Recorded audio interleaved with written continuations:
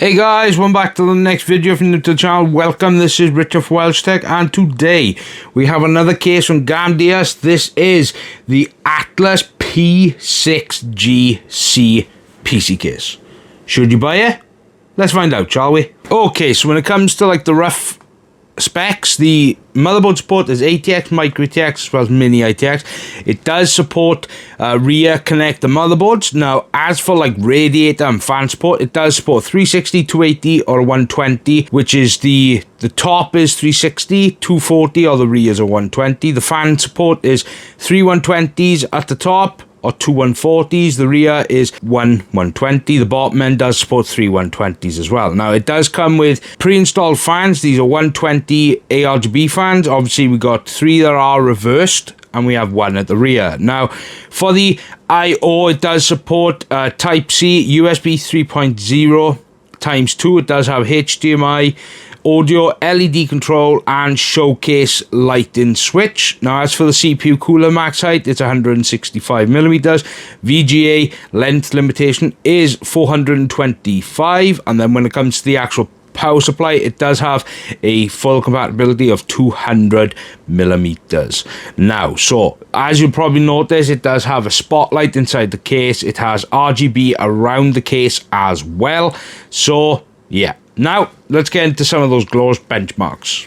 So when it comes to the actual test systems, my Intel Core Ultra 265K does have an ASRock Z890 Riptide motherboard. It does have 32 gigs of DDR5 from G.Skill. Does have a 2TB Gen 5 A-Pacer NVMe. It does have an RX 7800 XT. It does have the Thermalright Royal Predator 130 for the CPU cooler, and it also does have a 1000-watt power supply from Be Quiet. So when it comes to the actual test methods, I do Cinebench R23 for the CPU, and then I do have Firmark 2 then for the GPU, and I run them simultaneously so then I can get a good indicator of how well the thermals are inside this chimney type style case. Now, for the testing, it's 50, 100%, because that does also include the GPU as well. So when we get to the CPU, the idles were 36 with a max of 88 Celsius. The CPU max draw was 210 watts. And as for the GPU, the idles were 30 with a max of 54. The GPU junction was an idle at 52 with a max of 78, and the GPU hotspot was an idle at 36 with a max of 85 Celsius, with the power draw at 274 watts. So for the 100%, the Cinebench R23, the idles were 38 with a max of 85, already come down. Now, as for the CPU power draw, is exactly the same at 210 watts. For the GPU, the idles were slightly lower because of 100% fan speed. The idles were 29 with a max of 51. The GPU junction was an idle at 52 with a max of 76, and GPU hotspot was an idle at 35 with a max of 84 Celsius. And the GPU power draw was 274 watts. So how does this actually compare against other cases? Well, I will put a graph by here just to give you an indicator of how this performs against like the Deepcool similar case to this, as well as the InWin, so you guys can get a rough idea of how this particular fish tank case does perform against other fish tank cases I've already reviewed previously.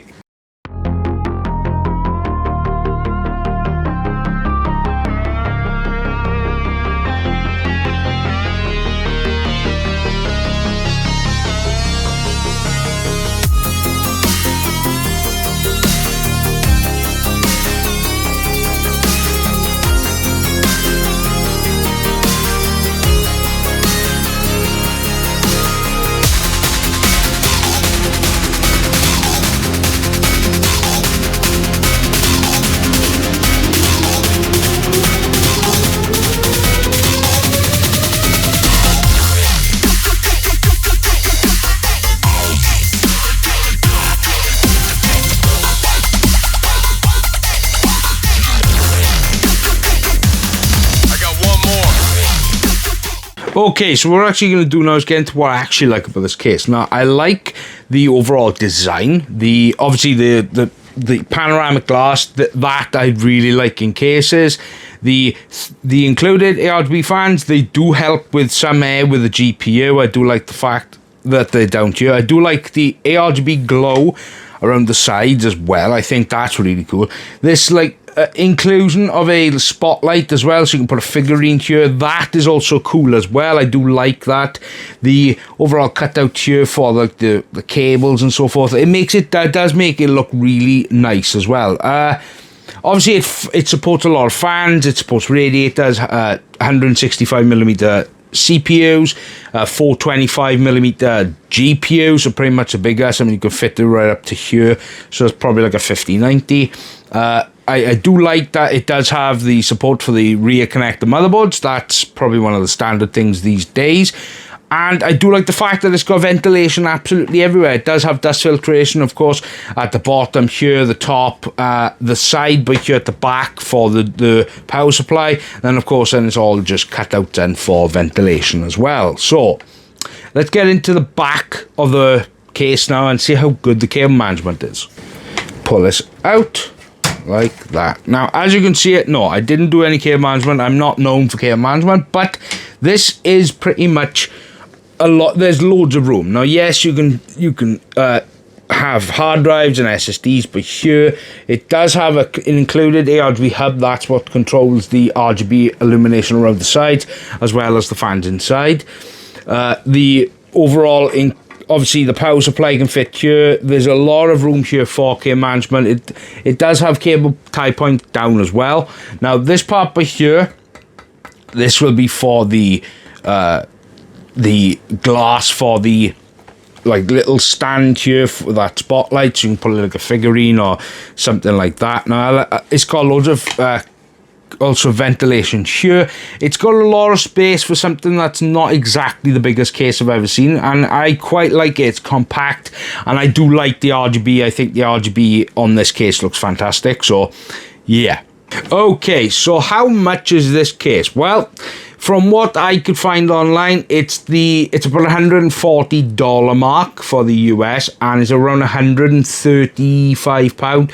It could be a little bit less, but that's probably the only listing I could actually find it at.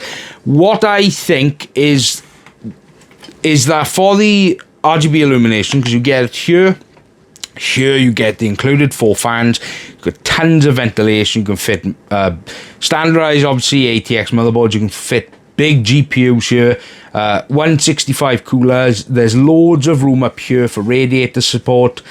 You know, you got this little nifty feature, the spotlight. Personally, that's not for me, but I know a lot of people that will love this feature, just to have a, like, one of those, I don't know what they call them, mechanic, or whatever they're called. Personally, like a transformer, but there so they can showcase it. I'm not into that, so that's why I didn't include one. So, but I think for the price point, it's not bad. The build quality seems okay. The glass, of course, is fully wrapped around. That isn't cheap to make, especially for, you know, thousands of cases, because the actual tooling for that is rather expensive to get that curved glass. That was from me speaking to a brand, a TechMax, before, and they said that is the most expensive part, is the wraparound glass. But I'm glad to see that more of a feature on cases, because I think it looks fantastic, especially if you're looking for that type of case. Now, whether you want to buy it or not, that's going to be up to you. I'm not going to, tell you to buy it or not, but it gets a recommendation from me because I overall like the case. It's got a lot of space inside. Obviously, it comes with fans. It's got that RGB illumination if you do care about that, but obviously this can be set to like standard colors, so that'd be fantastic. This little nifty feature here, while it's not for me, I know people that would love that feature, so that's another good point as well. So yeah, look, if you want to buy, I'll try and find a link for you, but other than that, I'd like to say a big thank you to GAMDIAS, and don't forget to subscribe to the channel. I've got loads of stuff coming, and this is Richard from WELSHYTECH. Goodbye.